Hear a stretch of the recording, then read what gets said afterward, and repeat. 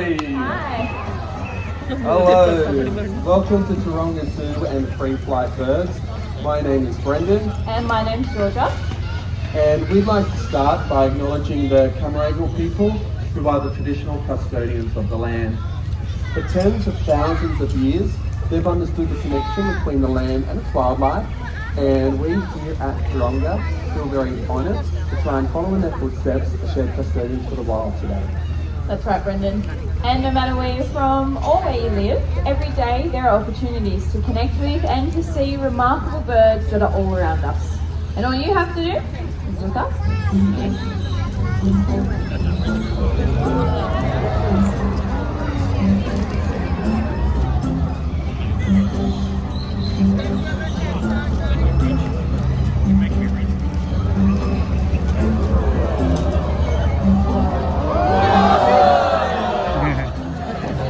We're gonna miss. Have they got food there? Ah, okay. No worries. No, that's okay. It's okay. We're just gonna move Dixie. They'll take the chips. Couple of words of warning. If you look it up, keep your mouth closed.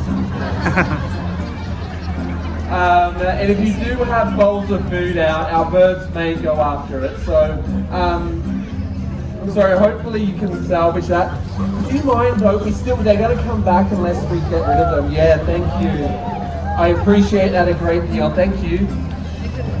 They're really great scavengers. You're going to find these birds around places like tips, fishing ports, abattoirs, anywhere they can find food. And I tell you what, chips aren't the worst thing that Dixie's taken. Every now and then our birds might go further afield, completely fine. You're just going to say, hey, they come on back. Dixie once stole someone's hamburger. There we go. You're alright, bud. You gonna go up again?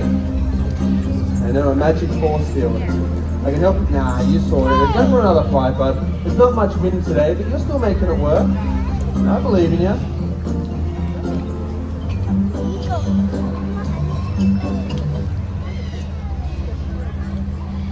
So if these birds want to gain height, they're going to keep their wings out to their side as much as possible, and that will enable them to get some lift. I'll give you one last one. Can you do it? Yeah, you can. Good job. You can tell it's Dixie, our whistling type, and when we're looking up at beautiful birds like that, quite often other birds are looking down, and they're searching for opportunities to feed. For our next bird, the black-breasted buzzard. An Inuit like this can be the ultimate prize. Hey, champ. So everyone, this is Slammer, and even though they have powerful talons and a sharp beak, that is not enough to get inside this item. So a rock is the perfect tool for the task.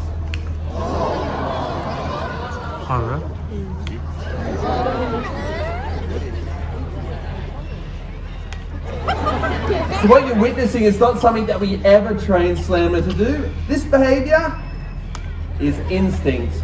They hatched out of their own egg with this knowledge already in their mind. Wow, yeah! And that drive is so strong they'll keep on working at it until they get inside. You good?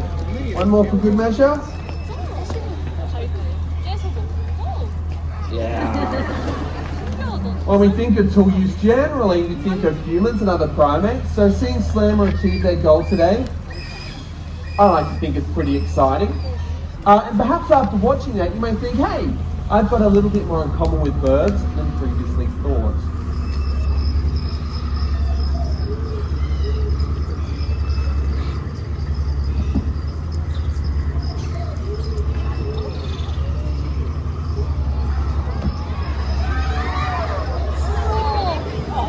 Ever get that feeling that you're being watched? Owls are everywhere. You might not always see them in your own backyards, but they can see you out in the country and right here in the city.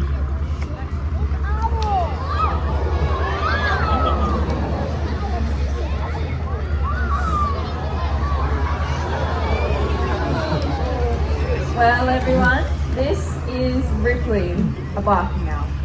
Barking owls, they will actually hunt during the day. In fact, around half the world's owl species regularly hunt during the daylight, and it's all about what they like to eat. Barking owls, they'll eat other birds. And with these powerful feet, birds like this can easily take down others that are larger than themselves.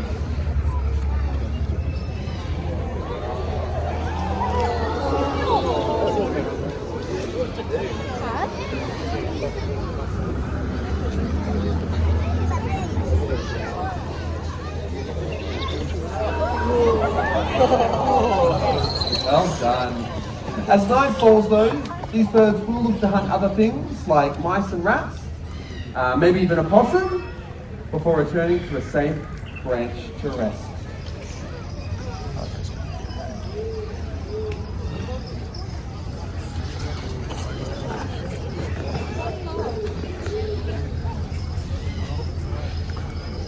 Well, day and night, owls, just like Ripley, they're out there hunting all sorts of pests, just like introduced rats. And these rats, they can cause a lot of problems for our native wildlife, often taking young birds and eggs straight from the nest, so it is really great that we do have owls restoring the balance. In fact, I'll let you all in on a bit of a secret. We used to have a really bad rat problem here at the zoo. They'd be running around all over the place. But, fortunately, ever since our owls moved in, I can honestly say that problem is now behind us. I know, it's exciting, isn't it? I haven't seen a rat around here in such a long time. You know, the problem used to be so bad, they were right here in the very theatre, right underneath your seats. But you've got nothing to worry about anymore. Our owls do such a fantastic job. You know, a single owl out there in the wild, they could be eating around 1,000 mice and rats a year. A pair that's raising chicks, well, they could be eating around 3,000 more. So they're definitely one of the most beneficial neighbours that you could ask for. That's exactly right. Thanks for that, Georgia. When it does come to those owls, though, we have 8 species here in Australia. And although they have amazing eyesight, their prey still is not always visible to them. So, they rely on other adaptations like keen hearing and almost silent flight. We're going to give you the chance to see if you can hear our owl though, as today they fly around the theatre. A lot of people, but you see a gap, thinking about it. Now, you won't be able to see Wraith until they take flight. We've got quite a few people today, so there's just in his flight path. For those of you that are up the back, I'd encourage you to stay seated though, because... Well done. Everyone, this is Wraith, our barn owl. And as a barn owl, they're one of the owls you're more likely going to find close to people. So regardless of where you are, even if it is your own backyard, make sure you take time to look up. You may see one of these birds flying past.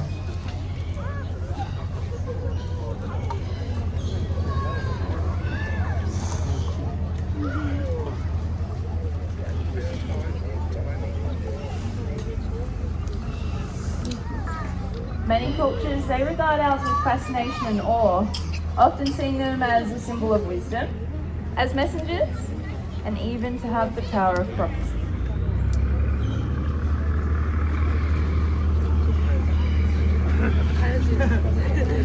Checking out the world. Now, to extend upon what George was talking about, these birds have also been feared. So, in some cultures, they're perceived of as ghosts, hence the name Wraith. You might be able to appreciate a dark, stormy night, rain coming down, thunder and lightning, a bird like this flying across the night sky. You could easily see how the two might be compared. But they've also been perceived as sometimes bad omens.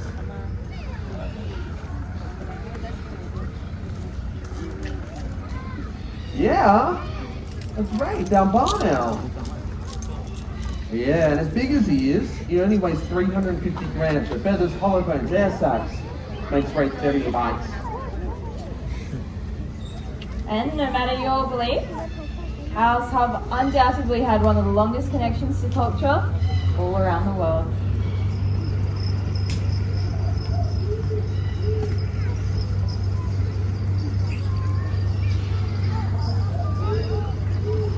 Here in Australia, we are quite lucky, for we have 800 species of bird. 900 if you include the migratory ones, but for all of them, quite a few of them happen to be our parrots. So much, in fact, that we even get the nickname the land of parrots because of this. This means that for many of us, all we have to do is take a step out into our own backyards to experience these beautiful birds that truly are all around us.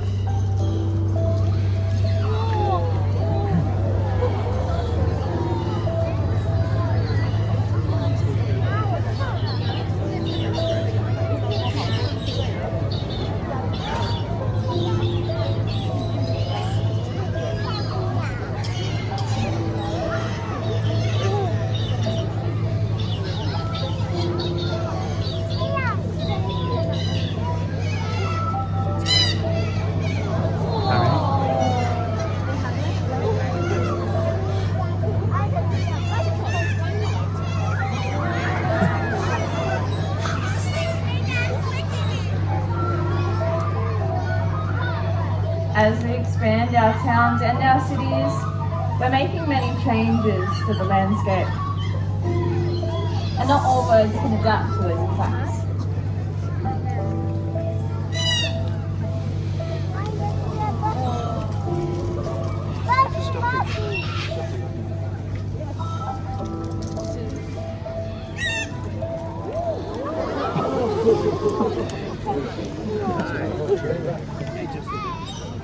Many birds, they rely on tree hollows as they provide them with a secure home.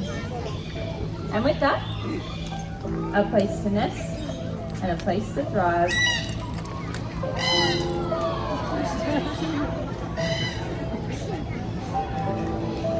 Nice work, Geary. So Geary is a male red-tailed black cockatoo, and if you say Geary, it means red, or if you say Geary, it means very red. And although we do not have wild red-tailed cockatoos that call Taronga home, we do have a whole variety of plant and animal species that do. So it's great to be able to call Taronga as habitat. If you would like to help out birds like Geary in the wild, you could consider putting up a nest box, like that green and white one and that black speaker pole over there. If this interests you, scan the QR code underneath of that yellow and orange sign, and it'll give you plans on how you can source them and how you can put them up.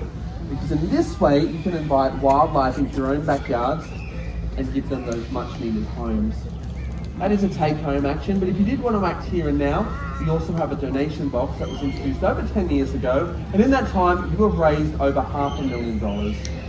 Yeah, it's pretty good, thank you. And all that money does go towards the zoo's conservation efforts, including helping the Regent Honeyeater pictured on the front of this box. The Regent Honeyeater used to number in the tens of thousands, but sadly there is estimated to be only around 300 of them left in the wild. So with other zoos like Zoos Victoria, we are breeding and releasing these birds. We're also planting trees to ensure there is habitat for them to return to. So if you'd like to get involved, come on down, make a donation. Anyone that donates $5 or more gets a special badge. It's our way of saying thank you. Or, if you just want to see them in the flesh, do that. Head on over to the Blue Mountains Walkthrough on the other side of the zoo, and you'll see some of the birds helping to save the species from extinction. That's right, Brendan. Because it really is with all of your support that we see a bright future, where the skies and your backyards are filled with birds. And it all starts by simply looking up.